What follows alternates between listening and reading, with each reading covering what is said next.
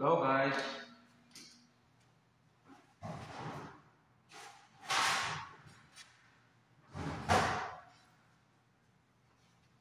Okay guys, may bago naman tayong gawa. Same pa rin, santaling yung base. Ito, matanggal ko to ha. Yan. Ito, mag-ilaw siya. Ito ilaw niya, oh. LED. So, wiring niya. Ito guys, bagong gawa ko ito. Simbol ko na lang. Kasi madali naman ito simbolin. Karton lang ito guys. Puro ito ko karton lahat. Yan, karton yan.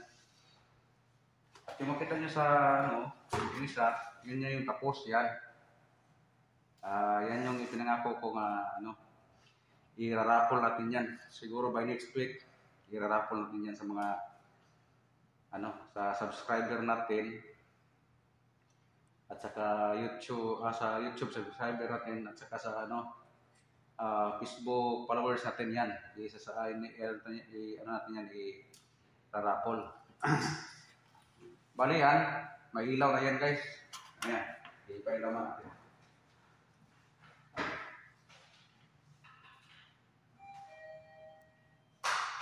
Yan.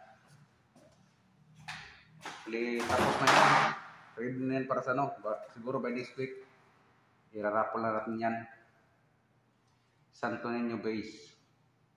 Ito yung panibago. Ito.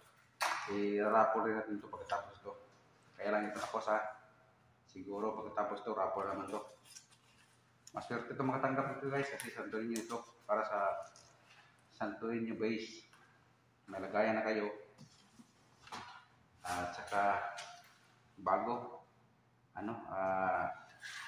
Kahit karton siya, pero pag mapapinturahan, matigas siya para siyang parang plywood. Hindi siya basta-basta masisira kagad. Usually yung ginagamit sa sa mga Santo Niño na base, yun yung mga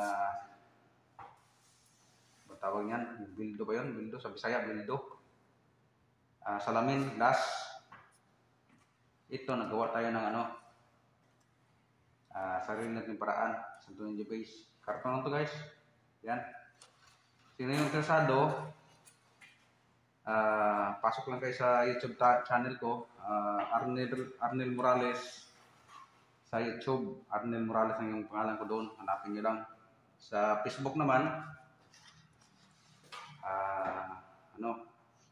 Arnel Morales Miniature DIY Craft.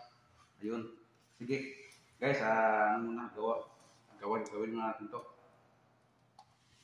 Siguro yun yun, maka-subscribe kayo para may pag-asa kayong makuha niyan. O sino maswerte makuha niyan yung bago natin gawa. Yan, ayaw muna natin gawa. Kita ko lang guys ha. Yan. O, yan, video to para sa siguro by next week, natin to. Iparapol natin to. Yan. Tigas yan guys to. Karton lang to, karton. Sige. Okay guys, gawin ko muna to ha. Huwag niyo kalimutan, subscribe kayo para may pag-asa kayo makatanggap niyan. Arnel Morales sa YouTube channel ko. Arnel Morales Miniature DIY Craft sa Facebook page ko. Sige guys. Saka pala sa next week,